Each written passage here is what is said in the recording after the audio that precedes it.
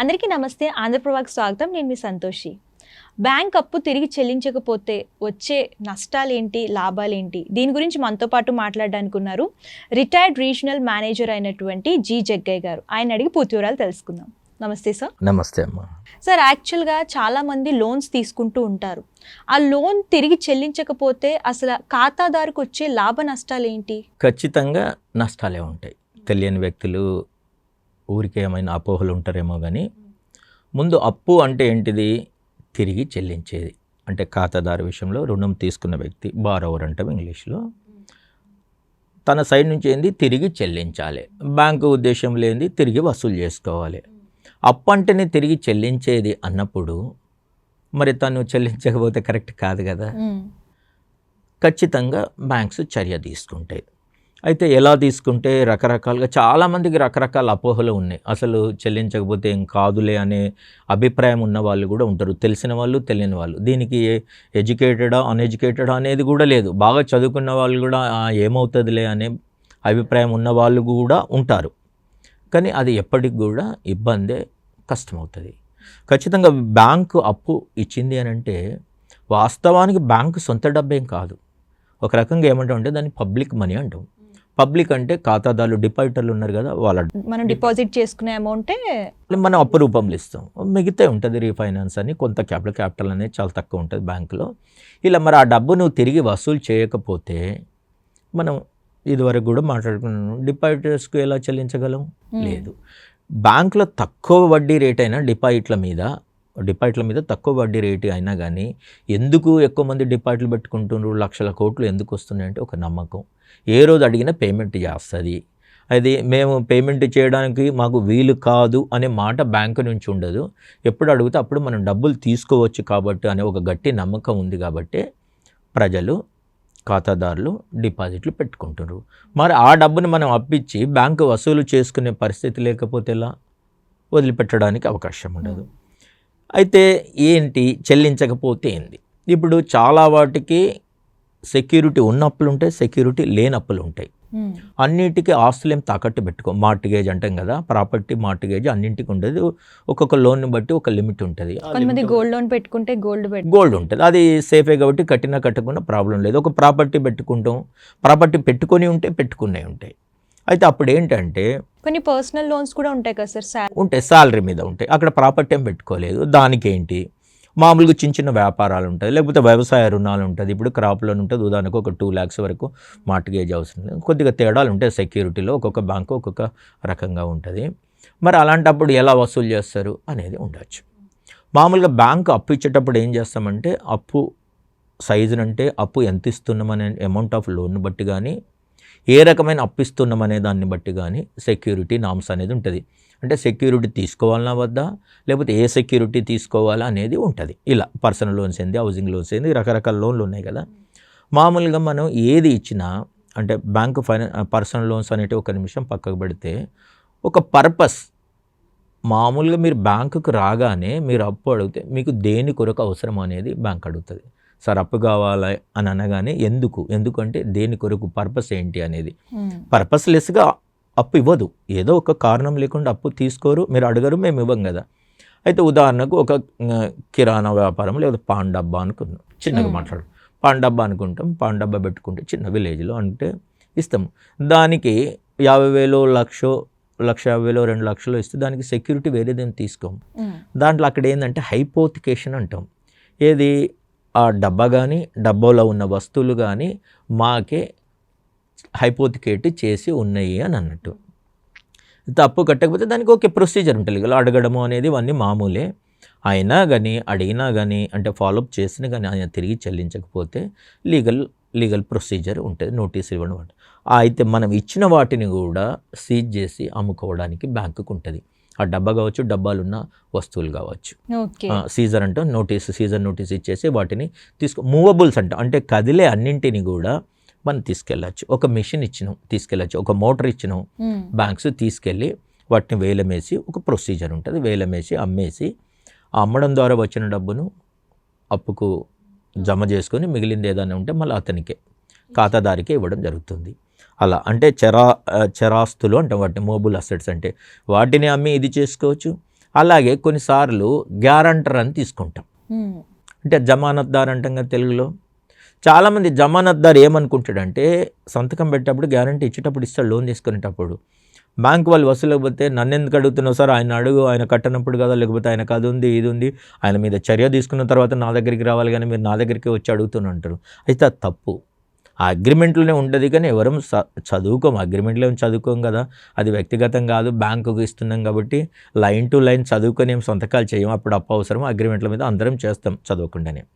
అప్పుడు ఏంటంటే రూల్ ఏం చెప్తుందంటే బారోవర్ అంటే అప్పు తీసుకున్న వ్యక్తి, గ్యారంటర్ అంటే జమానత్ ఇచ్చిన. బారోవర్ మీద చర్య తీసుకోకుండా కూడా, అతన్ని అప్పు అడగకుండా కూడా ఈ గ్యారంటర్ మీద చర్య తీసుకోవచ్చు. ఓకే, గ్యారంటర్ మీద ఎఫెక్ట్ పడే అవకాశం, ఎఫెక్ట్ ఏంది ఖచ్చితంగా.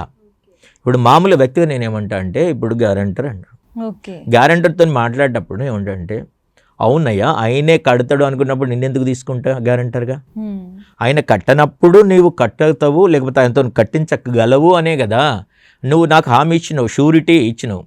షూరిటీ అంటాం అతన్ని, గ్యారంటర్ షూరిటీ ఇచ్చిన ఏంది, ఆయన కడతాడు, కట్టకపోతే నాది బాధ్యత అని నువ్వు ఒప్పుకున్నట్టు అగ్రిమెంట్ ప్రకారం.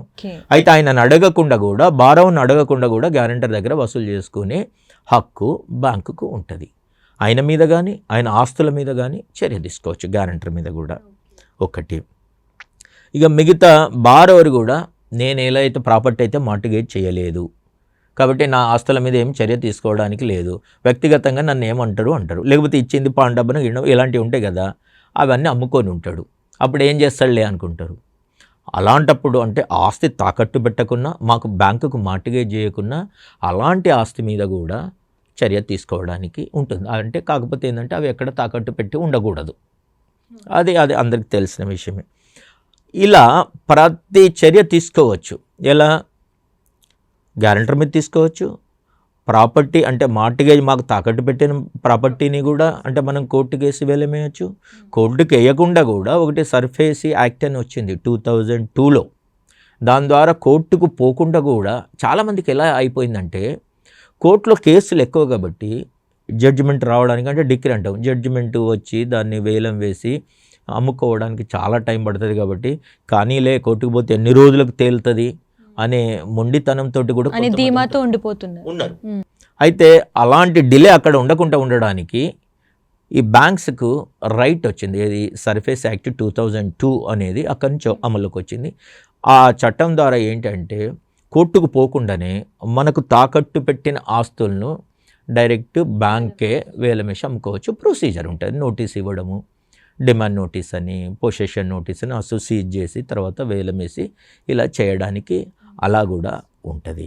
అయితే ఇవన్నీ లేవు, ఆస్తులు లేవు, దానికి ఏం లేదంటే ఆస్తులు అమ్ముకోవడం లేదు, ఆస్తులు అమ్మడం అంత ఈజీ కాదనుకో, మేము ఆస్తి అంటే తాకట్టు పెట్టిన ఆస్తి కాకుండా ఈయనను బారోవర్కు అరెస్ట్ వారెంట్ కూడా ఇష్యూ చేయొచ్చు. ఓకే, బారోవర్కి అరెస్ట్ ఇచ్చేసి ఆయన్ను జైల్లో పెట్టడానికి కూడా అవకాశం ఉంటుంది. కొన్ని చోట్ల ఏంటంటే ఎకరాలకు భూమి, ఇప్పుడంటే ల్యాండ్కు విలువ వచ్చి అమ్ముడుపోతుంది, కానీ ఎలాగో ఒక 50 ఎకరాలు ఉంటుంది, మనం కట్టమని అడిగితే అవసరమైతే అమ్ముకపో సార్ అంటాడు, అంటే గట్టిగా అంటే అమ్ముకో సార్ అని అంటాడు, ఇలాగే మాట్లాడతాడు కొద్దిగా. అలాంటప్పుడు ఏంటంటే అది ఎలాగ అమ్ముడుపోతలేదు, సార్ అమ్ముకోమన్నా కానీ అది అమ్ముడుపోతలేదు కాబట్టి ఈయన ఏం చేయలేడు.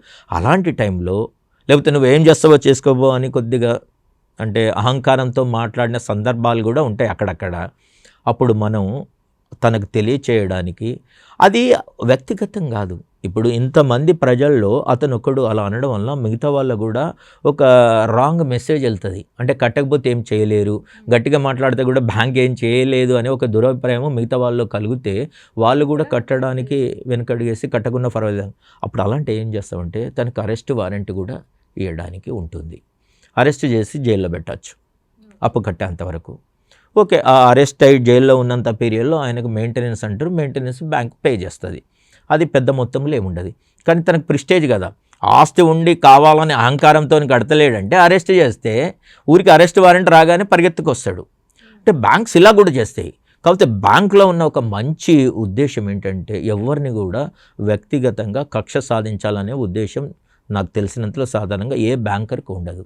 బ్యాంకర్ ఏంది పాజిటివ్, అమ్మ డాక్టర్ దగ్గరికి పోతే ఎలా మన ఆరోగ్యం బాగుండాలనే కోరుకుంటాడు, మహా అయితే ఇంత ఫీజు తీసుకుంటాడు. ఇక్కడ ఫీజు అంటే ఇంట్రెస్ట్ వస్తుంది, అప్పు మీద వడ్డీ వస్తుంది కానీ ఎప్పుడు తీసుకున్న బారోవరు నష్టపోవాలని కోరుకోడు.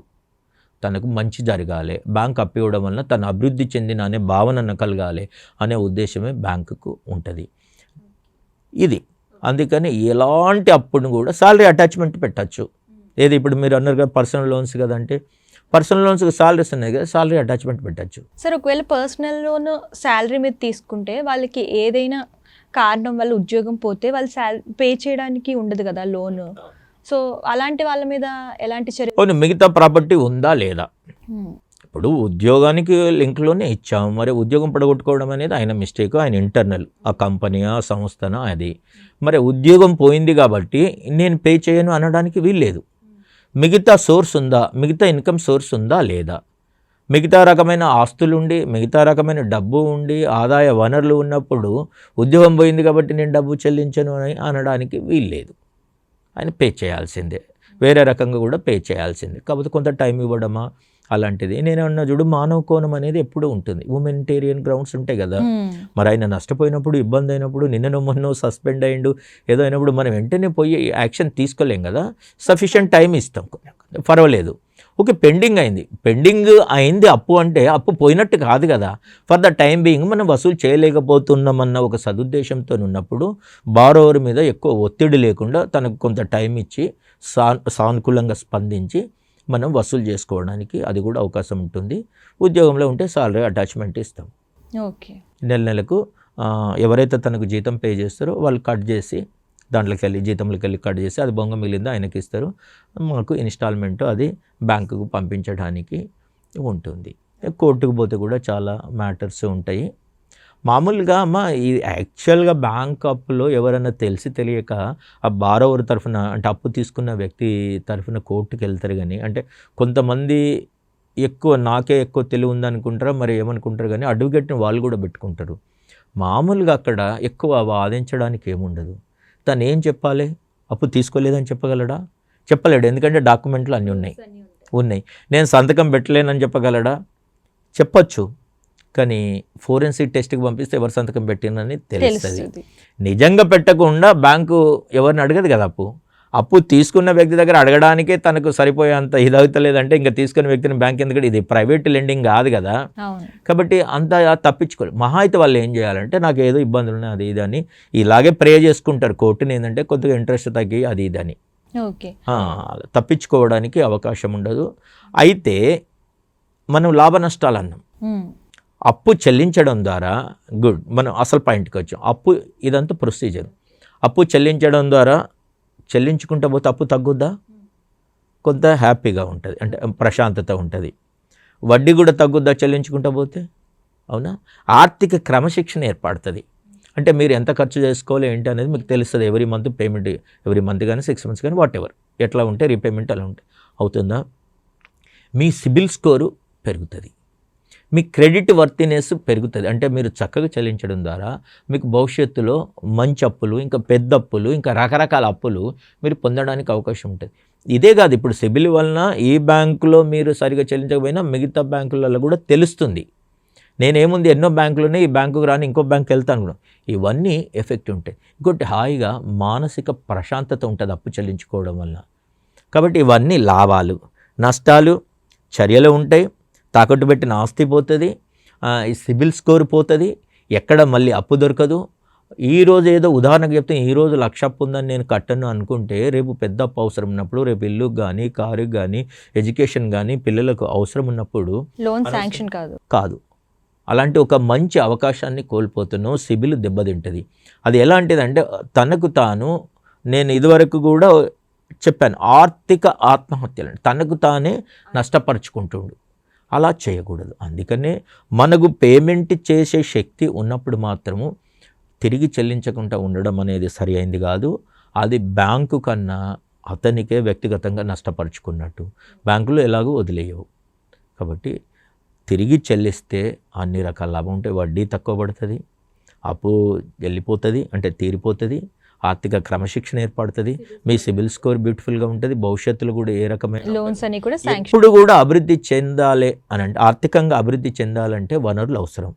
ఎవరికి కూడా తన దగ్గర ఉన్న అతి తక్కువ మందికి ఎవరికి కూడా తన దగ్గర ఉన్న వనరులు సరిపోవు. ఒక పెద్ద ఎత్తున మనం ఏదన్నా ఇది వ్యవహారం అంటే బిజినెస్ కావచ్చు, ఏదైనా ఫ్యాక్టరీ కావచ్చు పెట్టుబడి పెట్టడానికి. ఇప్పుడు రిలయన్స్ అంత రిచ్ పర్సన్, అంబానీ కానీ అదానీ కానీ ఇటు, మరి వాళ్ళకే లక్షల కోట్ల అప్పులు ఉన్నాయి. వాళ్ళు అప్పు తీసుకోకుండా మేము చేసుకోవచ్చు అనుకోవచ్చు, కానీ లిమిటెడ్గా ఉంటుంది. మనం పెద్ద మొత్తంలో ఆర్థికంగా అభివృద్ధి చెందాలన్నప్పుడు బ్యాంకు సహాయం అవసరం ఉంటుంది. ఆ బ్యాంకు సహాయం పొందాలంటే చక్కగా అప్పులు కట్టుకుంటే ప్రశాంతంగా ఉంటుంది. వాళ్ళకే కాదు, వాళ్ళ వారసులు కూడా ప్రశాంతంగా ఉంటారు. అందుకనే నేనేమంటా అంటే అప్పు తీసుకున్న ప్రతి వ్యక్తి చెల్లించండి, చెల్లించకుండా ఉండడానికి ఏమాత్రం ఆలోచన చేయకండి. చర్య తీసుకునే అంతవరకు కూడా ఎదురు చూడకండి. బ్యాంకు అంటే మీకు ఒక బంధువులాగా, ఆర్థిక బంధువు. మామూలుగా మనం బ్లడ్లో ఆత్మీయ బంధువు అంటాం కదా, ఇక్కడ ఆర్థిక బంధువు బ్యాంకు. ఎప్పుడు మీ మేలు కోరే వ్యక్తి బ్యాంకు వాళ్ళు. కాబట్టి సక్రమైన సరి అయిన సంబంధాలు ఉంచుకొని బాగుపడండి, అభివృద్ధి చెందండి అని చెప్తాను. థ్యాంక్ యూ సార్, మంచి ఇన్ఫర్మేషన్ ఇచ్చారు. Thank you.